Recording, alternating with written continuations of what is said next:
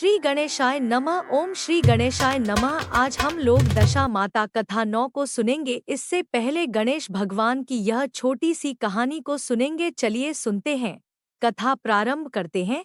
श्री गणेशाय नमः। ओम श्री गणेशाय नमः। आज हम लोग दशा माता कथा 9 को सुनेंगे। इससे पहले गणेश भगवान की यह छोटी सी कहानी को सुनेंगे। चलिए सुनते हैं, कथा प्रारंभ करते हैं।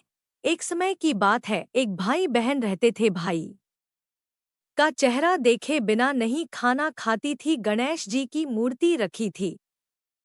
उसने भगवान के सामने हाथ जोड़कर कहा कि मेरे जैसा अमर सुहाग और मेरे जैसा अमर पीहर सबको दीजिए। यह कहकर वह आगे बढ़ जाती थी। जंगल के झाड़ियों के कांटे उसके पैरों में चुभा करते जाते थे।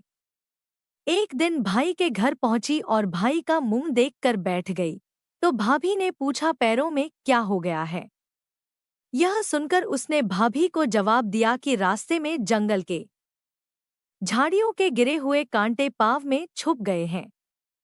जब वह वापस अपने घर आ जाए तब भाभी ने अपने पति से कहा कि रास्ते को साफ करवा दो, आपकी बहन के पाँव में बहुत सारे कांटा चुभ गए हैं। भाई ने तब कुल्हाड़ी लेकर सारी झाड़ियों को काटकर रास्ता साफ कर दिया, जिससे गणेश जी का स्थान भी वहां से हट गया। यह देखकर भगवान गुस्सा हो गए और उसके भाई के प्राण हर लिए। लोग अंतिम संस्कार के लिए जब भाई को ले जा रहे थे तब उसकी भाभी रोते हुए लोगों से कहीं थोड़ी देर रुक जाओ, उसकी बहन आने वाली है। वह अपने भाई का मुंह देखे बिना नहीं रह सकती है, उसका यह नियम है। तब लोगों ने कहा, आज तो देख लेगी पर कल कैसे देखेगी। रोज दिन की तरह बहन अपने भाई का मुंह देखने के लिए जंगल में निकली। तब जंगल में उसने देखा कि सारा रास्ता साफ किया हुआ है। जब वह आगे बढ़ी तो उसने देखा कि सिद्धिविनायक को भी वहां से हट दिया गया है। तब उसने जाने से पहले गणेश जी को एक अच्छे स्थान पर रखकर उन्हें स्थान दिया और हाथ जोड़कर बोली, भगवान मेरे जैसा अमर सुहाग और मेरे जैसा अमर पीहर सबको देना, और फिर बोलकर आगे निकल गई। तब भगवान सोचने लगे, अगर इसकी नहीं सुनी तो हमें कौन मानेगा, हमें कौन पूजेगा। तब सिद्धिविनायक ने उसे आवाज दी, बेटी इस खेजड़ी की 7 पत्तियां लेकर जा और उसे कच्चे दूध में घोलकर भाई के ऊपर छींटा मार देना, वह उठकर बैठ जाएगा। यह सुनकर जब बहन पीछे मुड़ी तो वहां कोई नहीं था। फिर वह यह सोचने लगी कि ठीक है, जैसा सुना वैसा कर लेती हूँ। फिर वह 7 खेजड़ी की पत्तियां लेकर अपने भाई के घर पहुंची। उसने देखा वहां कई लोग बैठे हुए हैं। भाभी बैठी रो रही और भाई की लाश रखी है। तब उसने उस पत्तियों को बताए हुए नियम के तहत भाई के ऊपर इस्तेमाल किया। तब भाई उठकर बैठ गया। भाई बोला, बहन से बोला, मुझे बहुत ही गहरी नींद आ गई थी। तब बहन बोली, यह नींद किसी दुश्मन को भी ना आए, और उसने सारी बात अपने भाई को बता दी। अब हम लोग दशा माता की कथा 9 को सुनेंगे। एक गांव में एक बुढ़िया ब्राह्मणी रहती थी। वह बहुत गरीब थी। उसके एक बेटा था। एक दिन वह अपने बेटे से बोली, बेटा कुछ ऐसा काम करो जिससे 4 पैसे की आमदनी हो और हम दोनों का जीवन निर्वाह हो। अब मेरे तो बुढ़ापे के कारण हाथ पैरों ने जवाब दे दिया है। तब उसका लड़का गांव वालों के जानवर चराने लगा। एक दिन लड़का पशुओं को डोट पानी पिलाने नदी पर ले गया। वहां पर महिलाएं स्नान करके दशामाता को डोरा ले रही थी। उनके पास एक डोरा बच गया था। उनमें से एक स्त्री ने कहा कि इस लड़के से पूछो कि यह किसका है। तब एक स्त्री लड़के के पास जाकर पूछने लगी, तुम्हारे घर में कौन कौन है? लड़के ने बताया कि केवल मेरी बूढ़ी माँ है। स्त्रियों ने लड़के को एक डोरा देते हुए कहा कि तुम इसे ले जाकर अपनी माता को दे देना और कहना कि इसका पूजन और व्रत करे। हम तुम्हें सीधा और पूजा की सामग्री भी देते हैं, इसे भी अपने माता को दे देना। लड़के ने उनसे डोरा ले लिया, फिर सब स्त्रियों ने उसे सीधा भी दिया। लड़का उस सामान को लेकर घर आया, उसने दरवाजे से ही माँ को पुकार कर कहा, गठरी को उतार लो, मैं बोझ से दबा जा रहा हूँ। उसकी माँ बहुत प्रसन्न हुई। माँ ने बेटे से पूछा, यह सब कहाँ से लाए हो? लड़के ने माँ को सब समाचार सुनाकर दशामाता का डोरा भी दे दिया। उपवास के लिए रेस्तरां बुढ़िया ने डोरे को लेकर माथे से लगाया और उसी दिन से व्रत करने लगी। 9 दिन तक कथा कहानी कहती रही। 10वें दिन उसने डोरे की पूजन जी तैयारी शुरू की। वह देहरी के बाहर गोबर से लीप रही थी कि उसी समय एक बहुत ही गरीब बुढ़िया आकर बोली कि क्या कर रही हो बहन? उसने जवाब दिया कि आज मेरे घर पर दशामाता का पूजन है, इसलिए लिप रही हूँ। उस बुढ़िया रूपी दशामाता ने है कि मुझे बहुत प्यास लगी है, थोड़ा सा पानी पिला दे। इस पर लड़के की माता बोली, मैं तो इस मिट्टी के बर्तन से पानी पीती हूँ, मेरे यह लोटा लुटिया कुछ नहीं है। तुमको पानी किस में भर के दूँ? एक कटोरी ही मेरे घर में है, पता नहीं वह कहाँ पड़ी होगी, जरा तुम ठहरो, मैं कटोरी ले आऊं, तब तुमको पानी पिलाऊंगी। बुढ़िया हाथ धोकर अंदर कटोरी लेने गई। इसी बीच दशामाता, जिन्होंने बुढ़िया का रूप धारण कर रखा था, उसके मटके रखने की जगह पर एक सोने का घड़ा रख कर अंतर्ध्यान हो गई। बुढ़िया कटोरी लेकर मटके के पास गई, वहां सोने का घड़ा देखकर घबराई। वह मन में सोचने लगी कि मुझ पर बुढ़ापे में चोरी का नाम लगेगा, मैं चोर कहलाऊंगी। वह इस चिंता में दशामाता रूपी बुढ़िया को खोजने निकली। तब तक उसका लड़का भी घर आ गया था। उसने माँ से पूछा, तुम किसे खोज रही हो? उसने बताया, अभी शीर्ण अवस्था वाली बुढ़िया आई थी और यहाँ सोने घड़ा रखकर न जाने कहाँ चली गई। लड़के ने बताया, वह ही तो दशामाता थी, उन्होंने तुमको यहाँ घड़ा दिया है। दोबारा फिर कभी वह आए तो उसके स्वागत में कोई कमी नहीं रखना और उनकी आज्ञा का पालन करना। जब तुम नदी पर नहाने जाओ तो तुम्हें नदी घाट पर जो भी चीज मिले उसको दशामाता का दिया हुआ प्रसाद समझकर ले लेना। किसी से यह पूछताछ मत करना कि यह चीज किसकी है, यह कहाँ से आई है।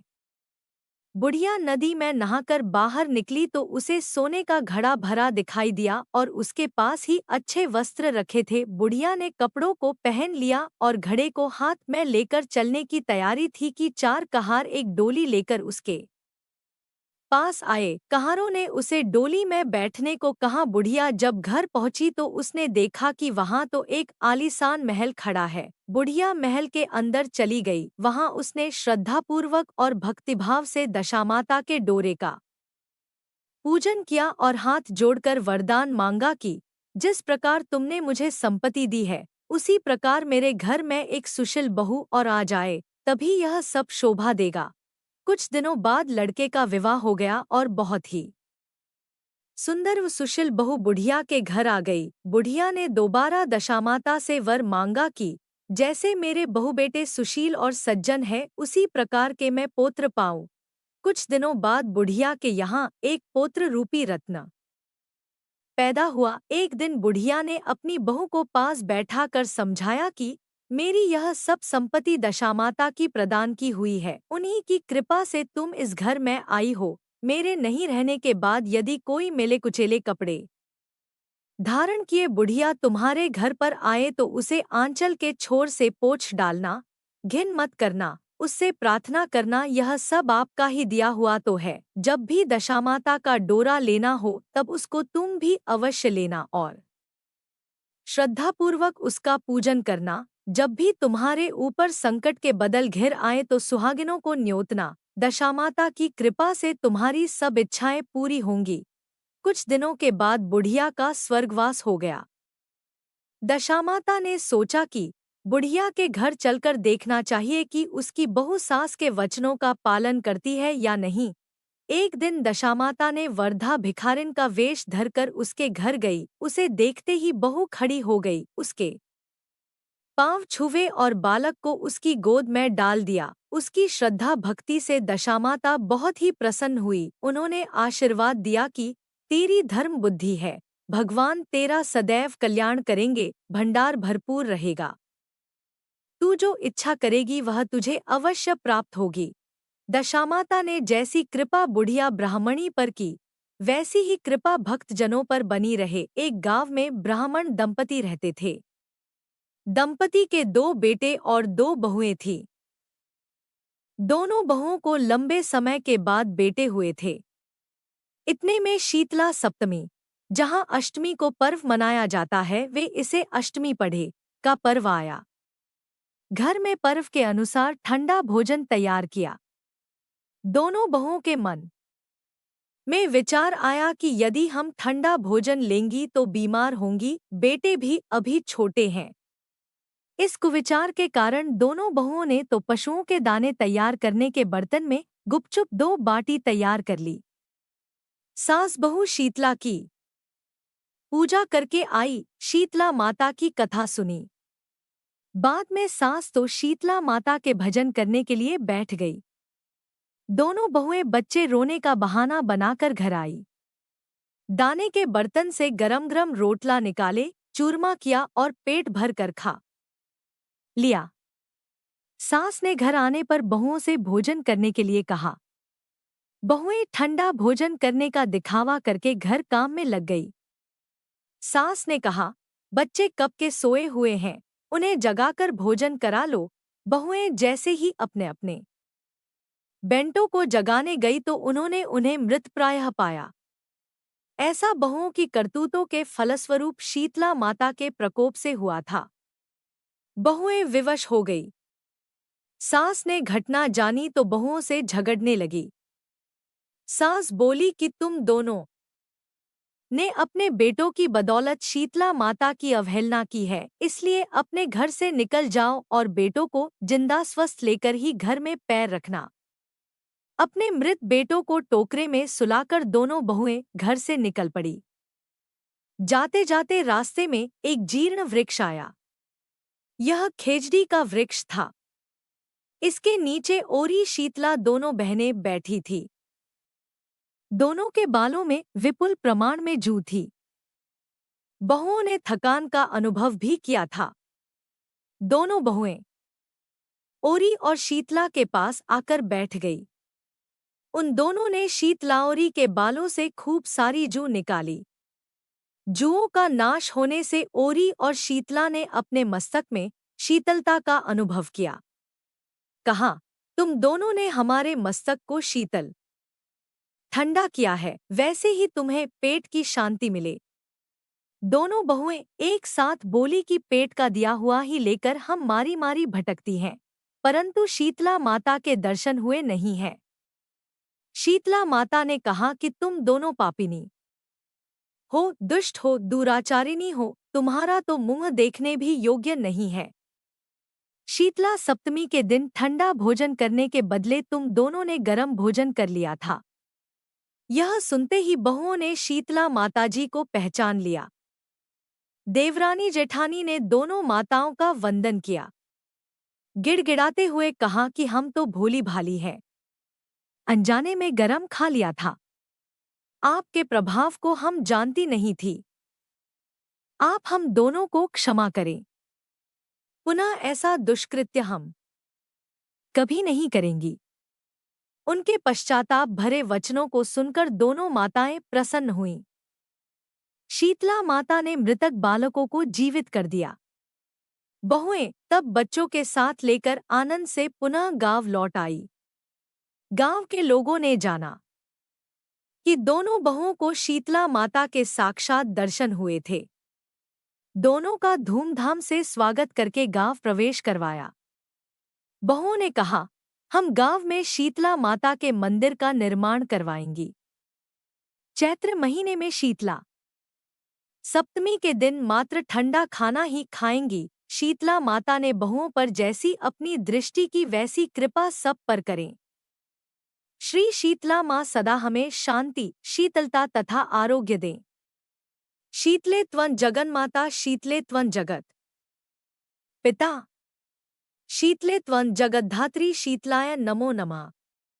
बोलो श्री शीतला मात की जय।